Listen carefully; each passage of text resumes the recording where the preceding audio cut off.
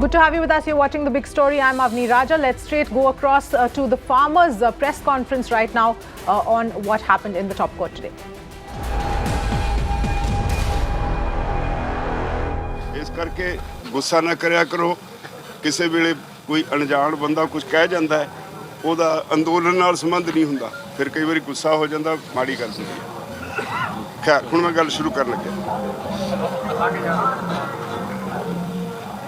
Sir अपना नाम organisation का नाम बताइए। बलबीर सिंह राजेवाल, प्रेसिडेंट भारतीय किसान यूनियन। हिंदी में पहले? हाँ सर। तो एक बार सारा ना इंट्रोडक्शन करवा देंगे ना। अरे नहीं, पहले आप जैसे जैसे बोलते जाएंगे जितना बोल रहे हैं अपने इंट्रोडक्शन आप देते रहेंगे। आज बीबी जगीर कौर, प्रेसिडेंट श्रोमणी गुरुद्वारा प्रबंधक कमेटी ने एक बहुत ही अफसोसनाक बयान दिया है। हमें कष्ट हुआ कि एसजीपीसी सिखों की धार्मिक जथेबंदी है, उसकी प्रेसिडेंट इतना बड़ा झूठ बोलेगी तो उसका मैसेज क्या जाएगा। श्रोमणी अकाली दल का इस आंदोलन से कुछ भी दूर नज़दीक का रिश्ता नहीं, वास्ता नहीं। उसने कह दिया कि ये आंदोलन तो हमारा है, हमने किसान जथेबंदियों को आगे लगाया हुआ है।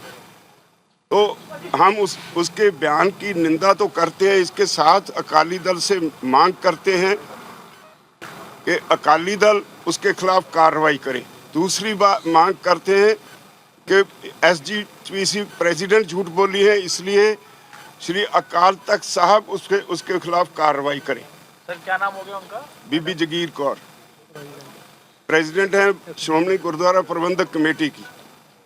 तो हम ये कतई बर्दाश्त नहीं करेंगे ऐसे पॉलिटिकल एलिमेंट को जो झूठ फैलाकर इस आंदोलन को बदनाम करने की कोशिश करेगा। जितनी सख्त से सख्त शब्द हैं उनके साथ हम उसके बयान की तो निंदा करते ही हैं, बल्कि श्रोमणी अकाली दल को भी आगाह करते हैं कि इन फ्यूचर हम ऐसी बात कभी भी टॉलरेट नहीं करेंगे। बाकी आज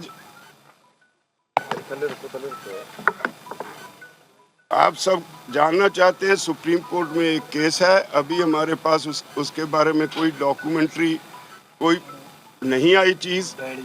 जब हमारे पास आएगी तो हम अपनी लीगल टीम को उसके साथ चर्चा करेंगे और उसके बाद आपके साथ शेयर करेंगे।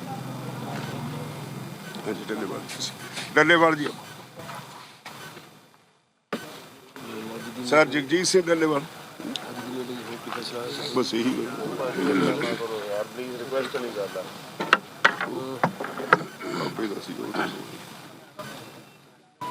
देखिए, कल यहाँ पे एक बहुत बड़ी दुखांत वापरा है।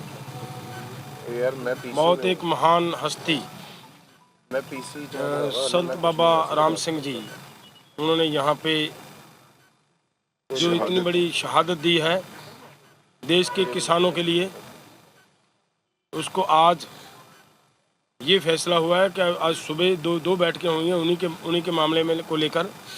सुबह हुआ था कि आज 2 घंटे के लिए स्टेज उनके लिए छोड़ दी गई थी और उस पर कीर्तन हुआ, उस पर उनको श्रद्धांजलियाँ अर्पित की गई हैं। और उसके बाद कल बाबा जी का अंतिम संस्कार वहीं पे होगा, उनके गुरुद्वारा साहिब जहाँ उनकी जगह है।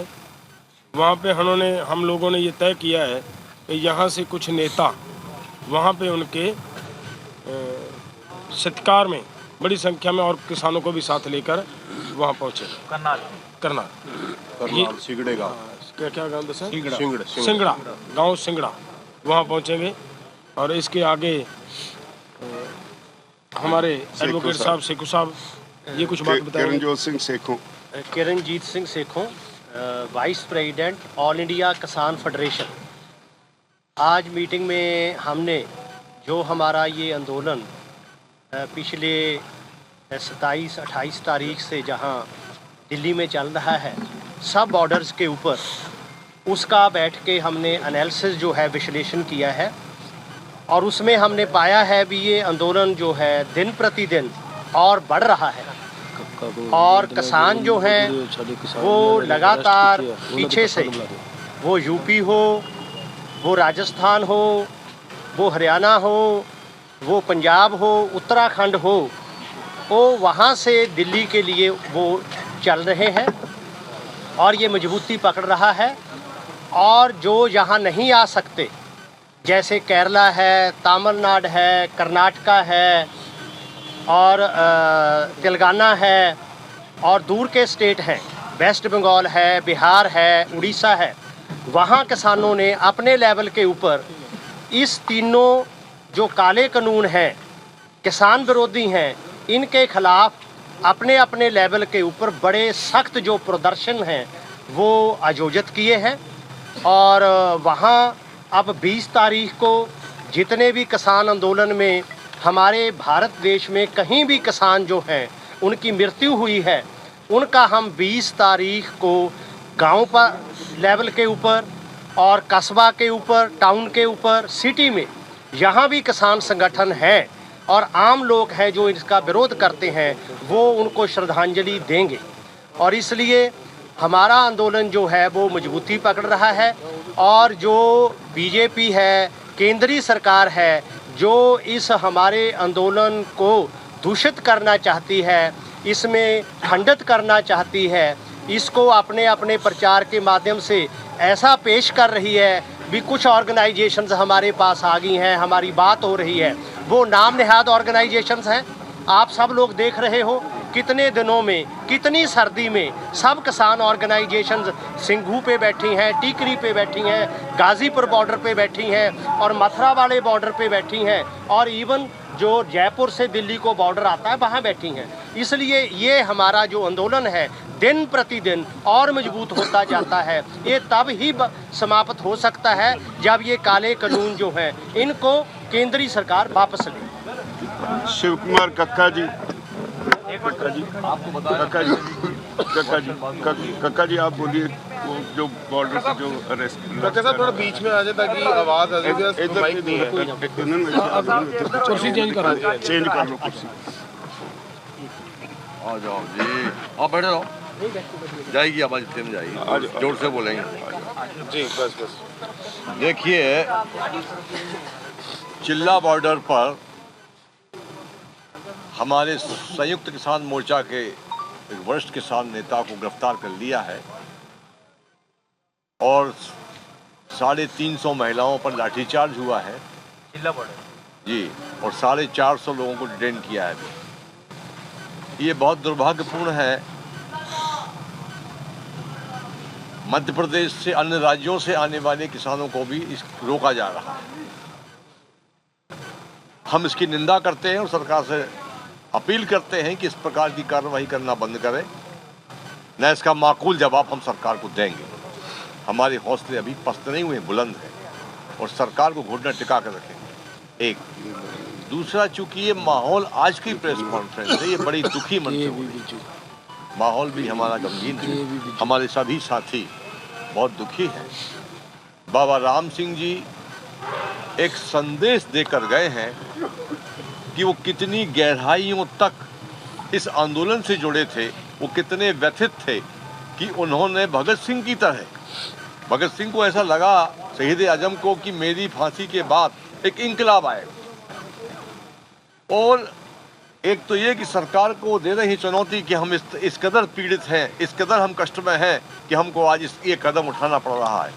और साथ ही देश के पूरे किसानों को जो घरों में बैठे हैं, गाँव में हैं अभी, उनको दिल्ली की ओर रवाना करने के लिए, उन्हें आंदोलन करने के लिए, और जो बीजेपी का झूठ चल रहा है पूरे देश में, उसका पर्दाफाश करने के लिए ये बहुत बड़ा सबक है। Thank you. सर जो All right, that was the farmer leaders there talking about what happened in the top court. Essentially, they're saying that they haven't yet received the Supreme Court order, and once they receive the copy of the order, then they will discuss with their legal teams. That is the reaction really coming in from the farmers at this point in time. Let's in fact just take a look at what happened in the top court with respect to this entire issue. The Supreme Court has allowed the farmers' protest to continue.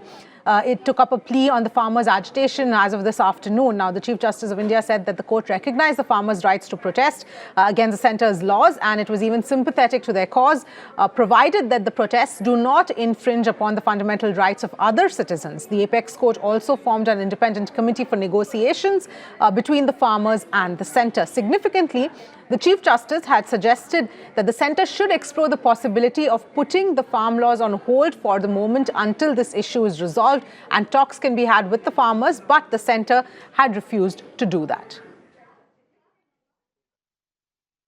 Is emerging very clearly after the Supreme Court's hearing is this, that both sides cannot dig their heels deep and stick to their respective positions. The Supreme Court has given an impetus, or given a push rather, for talks to continue. Talks have to continue. That is the underlying message from the top court, and that was reflected when the Chief Justice of India made the observation that he has all empathy for the cause of the farmers.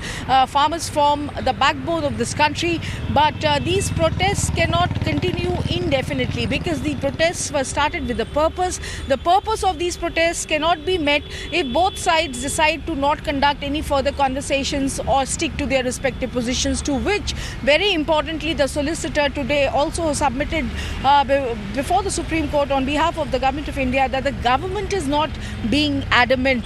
In a way, he wanted to suggest that the farmers are showing stubbornness, to which the Chief Justice then said that the farmers could then go ahead and say that the government is being stubborn. So one clear message coming out, apart from all the other messages about how these protests have to be non-violent, about how these protests have to be conducted in a peaceful manner. They cannot impinge on the rights of other citizens, and also the fact that these protests have to be conducted in a manner which really do not come in the way of right to freedom of movement of other citizens of this country, apart from the goods and essential services movement. The Chief Justice of India is underlining the message, which is very, very crucial, that the protests started with a purpose. The purpose cannot be met if both sides do not decide to have further negotiations, conversations or talks on the issue. So that's the underlying theme from the proceedings. The Supreme Court gives a push or provides an impetus for further discussions on this issue to continue. Of course, this will be an ongoing matter. Supreme Court allowing or issuing notices to all the farmers' unions and keeping the matter pending for it to be listed before a vacation bench when the Supreme Court is in recess 18th December onwards. And on that note, we're going to slip into a very quick break with lots more news on the other side. Stay tuned.